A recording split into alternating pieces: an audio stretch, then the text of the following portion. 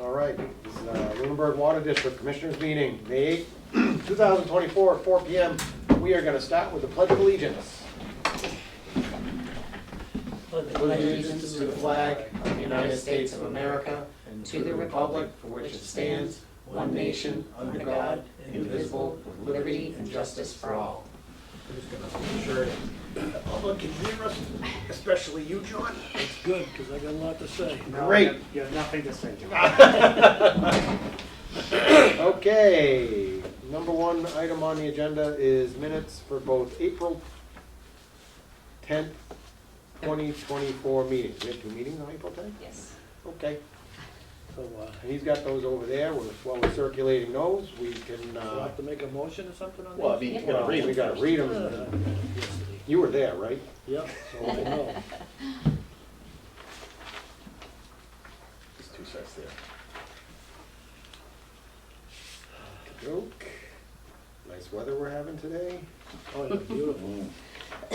There they go.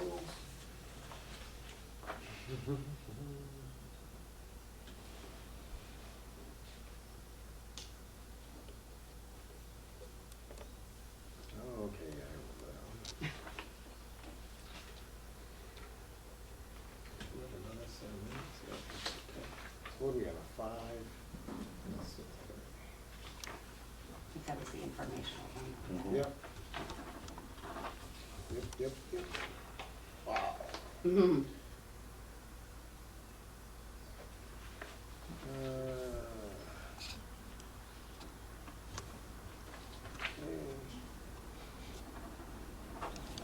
I think, John, we had this set of minutes.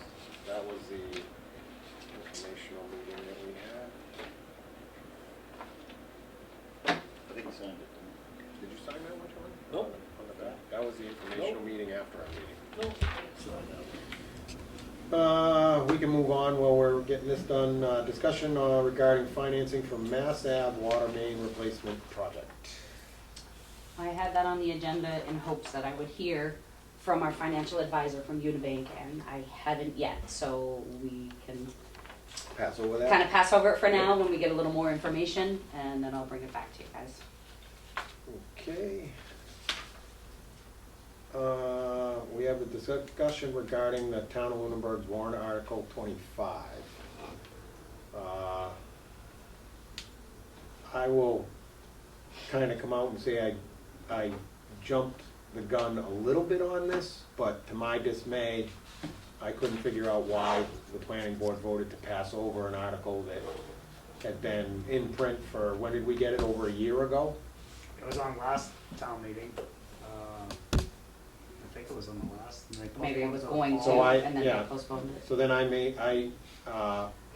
after watching the planning board meetings, seeing that now at the last hour, there's so much resistance to this article, I thought that the meeting went fairly well as far as being able to come to some sort of an agreement, but I didn't think the town meeting floor it would have taken so many modifications,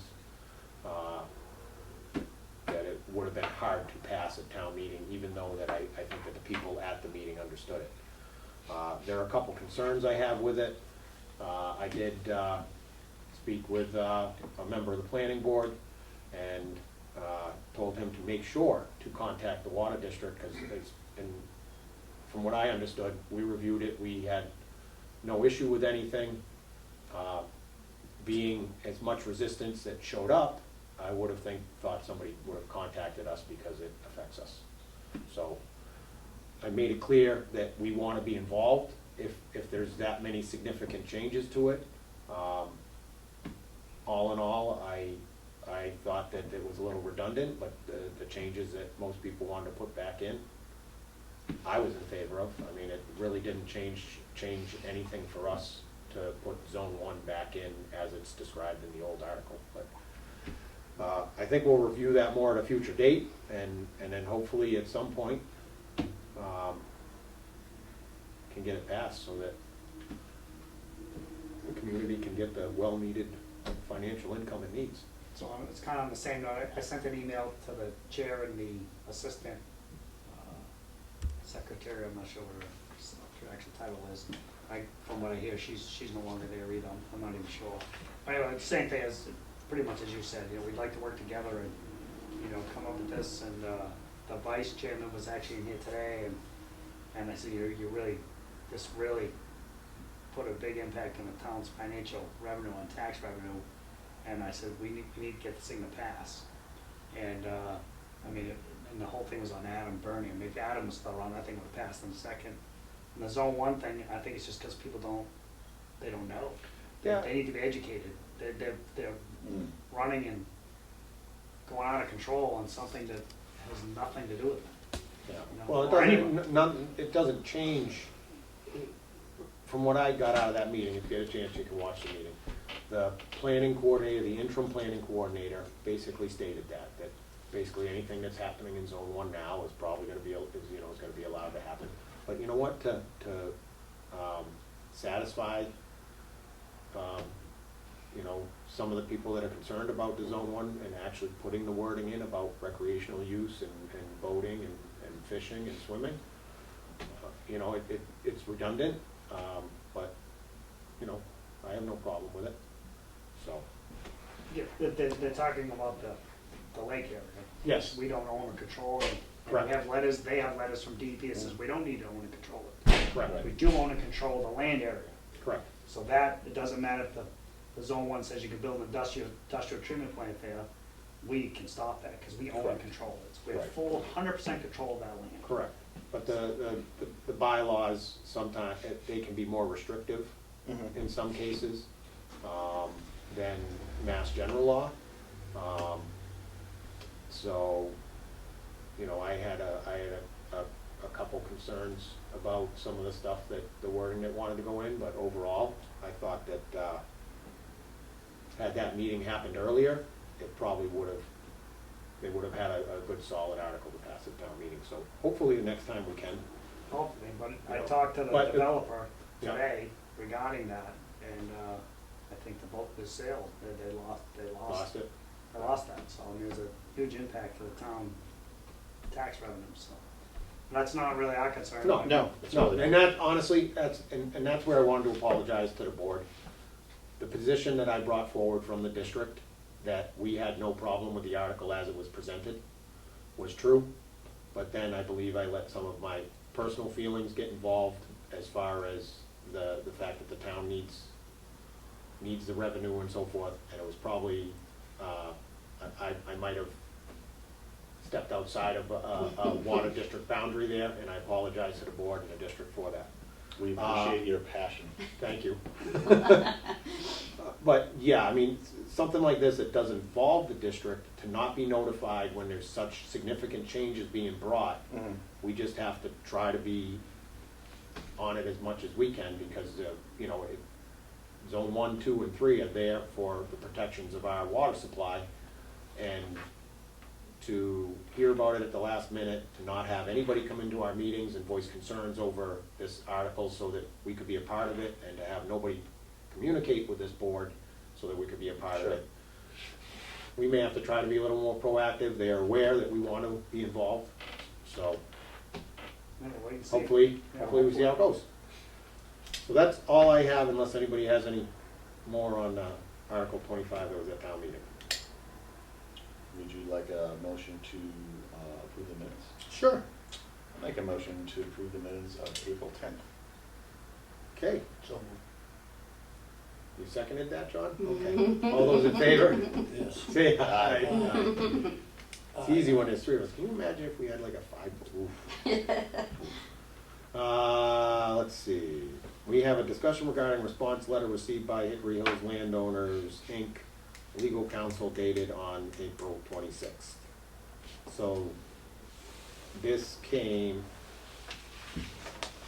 in response to, I had sent a letter that we'd like to work with them, set up guidelines, to try to satisfy the concerns in the operation of the well, and this is the response from them. oh, So this response was submitted to our attorneys, Okay. Coleman and Page. We have not got a response back, so I don't know what they would, what their response is to this, so. okay, Wait until we hear back from them, then we'll discuss it. all right. Sounds good to me. Any more on that? No, I mean, I've read both, I've read all the letters. Yeah. You're kind of correct, let's just wait and see. Yep. Let's see, review and sign warrants. Oh, we went way ahead of that. Oh, oops. Good job. I jumped that one to the bottom. We're out of order. Yeah. Commissioner, Superintendent, Clerk, Treasurer's additions. Well, this one, I got one, but it was mostly for the last meeting, so a lot of this stuff has already taken place. But it was regarding the, pilot testing at the Hickory as well. That's all been completed. This whole thing was on, timing and when it was gonna take place. But it's actually all done, everything's out of there. The only thing left to do is clean up some of the hay bales. And, there was a concern that a little bit of damage was done to the grass area, so we're gonna, Mark's gonna go around and tweak that up. So other than that, now that the process has now moved to Lancaster Ave, they've been doing the biological treatment, and starting next week, they're gonna bring in the green sand to do the green sand to test as well. The downside is the manganese usually is very high at Lancaster Ave. It's usually so high, that's why we're on a quarterly testing schedule with Mass DEP. And the last, because I don't know if it's the water table or what going on, but the manganese levels have been very low. And so he was wondering if there's something on how the setup was. So he actually went to the individual wells and tested them all there, and said that all the wells are low. So we're cycling 2 wells on, 2 off, 2 on, the other 2. So we're just cycling the 4. And then we have, so we just rotate how we need to. So typically though, when you're running the wells and you have a high water table and you're running them lower capacity, that's typically when we see the lesser amount of treatable chemicals, either iron, manganese, PFAS, stuff like that. If we ran them at, a lower level, but obviously you're running at you're skimming off the top, you're not getting into the meat of something. Yeah, it's hard to say. Yeah. I mean, every well's kind of different, probably where they draw the water from. I know on the high water tables, that's typically when we get our bacteria hits. Yeah. Oh, okay. Because we don't do a whole full bacterial disinfection process. We do a slight touch of chlorine, so if there's something gets in there, we could fail. Yeah. So usually when a well floods over, usually well number 5 is the first one that floods over, and usually when it floods, we just take it offline, stop using it. So there's, I know I've been here a while, there's 5 wells down there or 4? 4. Okay. So, and then you have to, in the summertime, you have to alternate them because of low capacity. Yes, well, 1 and 4 are very low capacity. Yeah. If you run them any long term, they don't. I was actually just did calculations this morning. We ran number 1, 24 hours later, it still has not recovered to where it was the day before, and with the water table so high, that should be like a Right yellow there. flag coming up saying, hey, we're not talking summertime where the water table's 10 feet lower.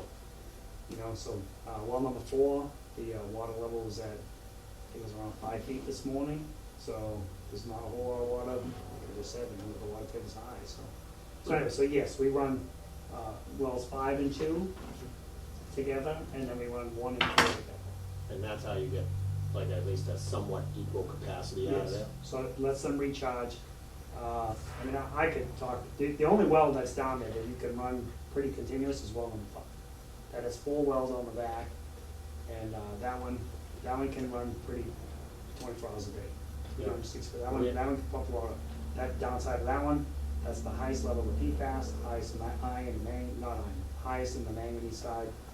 So that one's bad. Well number 2, that one only pumps 75 gallons a minute, so it's really nothing. You probably have homeowner wells that pump that much water. But that one, if you run it for long term, it has the water to pump long term, but the water quality goes bad. It goes to bacteria, yellow, smells. It gets pretty nasty. So, I mean, I'm not saying it because all this stuff going on. No, I I'm mean, just saying facts. I just, sometimes, and I've had a couple people ask me, they're like, oh, we got 3 wells. not really. We have, Keating's is one well by itself, Mhm. Hickory is one well by itself, and when you consider Lancaster Ave, it's 4 separate wells in the same area. And I think you described it to me, it's like, you know, putting 4 straws in a glass. Exactly. You're gonna, So that, I've had people say, well, can you put in another well, turn on another well? You can't. Do that. you can't. All right, we still got the same glass. It's not like we're making the glass bigger. You got one glass, how many straws you wanna put in? You think Right. it's better if you put another one because you just took the water from the other pool, you know? Yeah. Yeah. So, Okay. Anything else? anything else? Mass Ave, we're kinda in limbo right now. MDR put in, wanted to do a change in the contract, change order. Stantec responded back that many of the items they put in was already in the contract, all that goes away. And I spoke to MDR yesterday, and I said, what's the status of this, and they need to respond back. So it's a back and forth thing going on right now, Mhm. so we'll Kinda see how it wish- turns out. Kinda wish they went over that stuff like, 6 months you ago, know, so, yeah. when we had the time. But it's, that's state permit. I mean, Yeah. that thing was, we're putting August of 22, and we just got the permit a couple months, 2 months ago. Yeah. So, and it's not like it was, I mean, we wanna blame Stantec, you know, but this is going on in a job right down the street, same Yeah. thing. You know, it's been 5 months to go in, to do a water main connections, maybe 2 feet in the road. And I don't even think it's 2 feet in the road, but, Right. I mean, so we got point fingers, but I think we gotta point at the other people, you know. Okay. Anything else? So just curious on the Hickory Hills pilot test, so that is done, complete, and that testing information results, where's that sitting right now, where does it go? That'll, Time Bond will get that. Yep, And they looked at multiple different ways of treating the PFAS. yep, And they're gonna look at which method it did, and they also, because we shortened the pilot test timing, Mhm. they took a 55-gallon sample and sent it out to a lab. And they're gonna run that water, and they're gonna come up with how long it's gonna break through, the meter and stuff. And, so they're gonna take the information we gathered in the short time, take the information they're gonna gather from that sample, and see if they match up, and use that for the guideline, how big of the chambers you need to. So, I guess at some point soonish, once all this calculations have been done, that's when they could present hey, this is to treat Hickory Hills, you are going to need this exact setup, or, give us some guidance.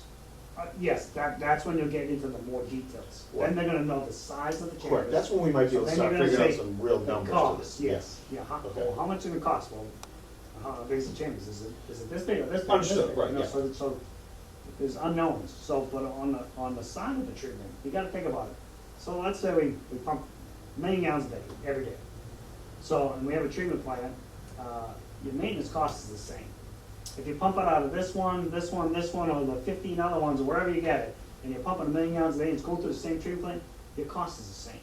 So because you have 3 sources to feed this one's getting treated there, and these 2 are treated here, your maintenance cost is the same, Mhm. you know? So if you disperse it over let's say we have 3 treatment plants, your maintenance cost will be the same, but maybe longer term out, where you're gonna have to replace more. So maybe where we have only 2 treatment plants, yeah, if this one gets more use, this one might need maintenance sooner, now it needs it further out. So I mean, but anyway, the maintenance is the same. Yeah. So, and from what I understand in talking to Gary, those guys, is that generally, the media exchange is about once a year. That's, So yes, it's a media exchange. You have the initial cost for the media. Mhm. And the idea, from what I was looking through, is that the media, I don't know how they break it down, but it's like a 20-year plan. So Mhm. whether they exchange the media with you or not, and then the thought is after Right. 20 years, you may replace the media. Mhm. And then, you're back into some sort of an exchange program, and it lasts X Right. amount of time. But the upfront cost on year one for media is probably more than, I would say, from what I've seen, almost half of what your maintenance budget would be. Mhm. And that's a one-time. So from what I understand, that when they build the treatment plant, it's a backup source. So you have your main filters and then Yep. you have the secondary ones. So while these are getting treated, you're using the secondaries. Sure. So you're not, initial startup, you're filling 4 chambers and you're Right. only operating off 2. Yeah, and then you're looking at some sort of you know, obviously you have to plan for O&M costs down the road. Right. Plan for paving the water tanks down the road, whatever it is, anything that you, Sure. you know, you have to maintain in the system like any other type of system. So. Good, but we won't have any, we can have some rough ideas, but we're not gonna have any Right. accurate costs until the plant's designed. Yes. Well, So- once the pilot test is for Lancaster, because they're Sure. tied together. Yep. So I don't know, Yeah, I guess the that's pilot what, test is gonna be accurate if it's just I don't know Right. how it's gonna work, but, yes, so once the pilot test is done, now they're designing the plan. yeah. Good. John, you got anything? No, not right now. Clerk treasurer? I'm good. We went over the pilot study. Anything on the SRF, ARPA litigation for projects, funding for projects, anything coming through on any of that? Nothing new, he asked again for the maximum capacity of all the wells. Yeah, So originally it started out as the capacity that was given by DEP. yeah, And he said, well, I wanna know what that thing could do if there was no Right, correct. permits, yeah. Yeah. If it pumped full maximum, so I came up with numbers and Yeah. see how it goes. Nothing on SRF. I know that I've heard a little bit that you can't bank on it, but communities are getting more than 3.5% principal forgiveness. I guess from what we've heard, 20 to 25%. So I don't like. No, I've always heard that number, but Yeah. I don't like saying it No. because. I would stay with the three, what we 3.3 would know, what guarantee we we know. know. We have to stay with what we know. Right. Because I know that we've talked about other things that we can do to try to minimize the cost of this project, and that's, Right. obviously, I mean, we're gonna, if the residents want us to vote and move forward on this thing, we're gonna do everything we can to reduce the cost on this project. So just so you know, I'm doing a webinar tomorrow with a few other towns. Sudbury Water District in the town of Easton. And I've spoken to them yesterday actually, and I think one of the towns got $4 million for principal forgiveness and one got $5 million, Mhm. so I mean, 3.3% is like $1 million, so Yeah. it's okay, but It'd it'd be be hopeful better we if could it get was more, but we don't, even if we don't move forward, then we don't have the opportunity. It's gone, yep. So, And then you switch that to $8 million of interest payments. yeah. Okay, public comment? Nope, guess we don't have anybody for that, so we're gonna, it's a motion to adjourn. I'll make a motion to adjourn. Okay,